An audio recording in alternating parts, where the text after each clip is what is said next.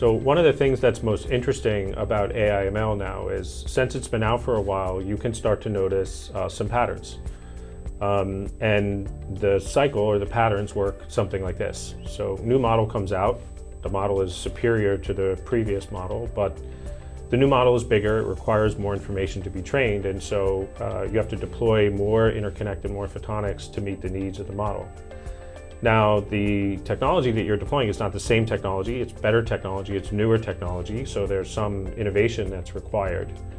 And then of course, the deployments that we're seeing are so large and so big, things like power efficiency and cost are extremely important. And sure enough, once you get all the way through that cycle, of course what happens next is a new model comes out and you start to go back through that exact same set of steps.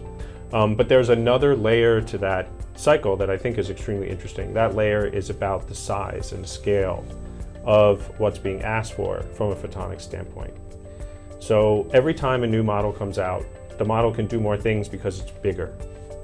It requires more interconnect, it requires more photonics. And as the size of the model continues to grow and as the demands continue to grow, that puts more and more strain on our internal capacity and more strain on our ability to produce products. One way of doing this is just adding more capacity. You can build more fabs, you can increase wafer size, you can just build more fabrication lines, and certainly those kinds of things are critical as the company continues to look forward to meeting the needs of AI/ML. As a technologist, one of the things I like to think about is technology plays an extremely important role in our ability to scale capacity. A great example of this is if you think all the way back to the days of the Model T and cars. The way you would build more of these cars is you would just add more people. And you build more cars just by scaling the number of people that are involved in the assembly process. Of course, that all changed when Henry Ford came around and said, well, we're going to build an automated assembly line to make these cars. Of course, that fundamentally changed, but you can't do that without technology innovation.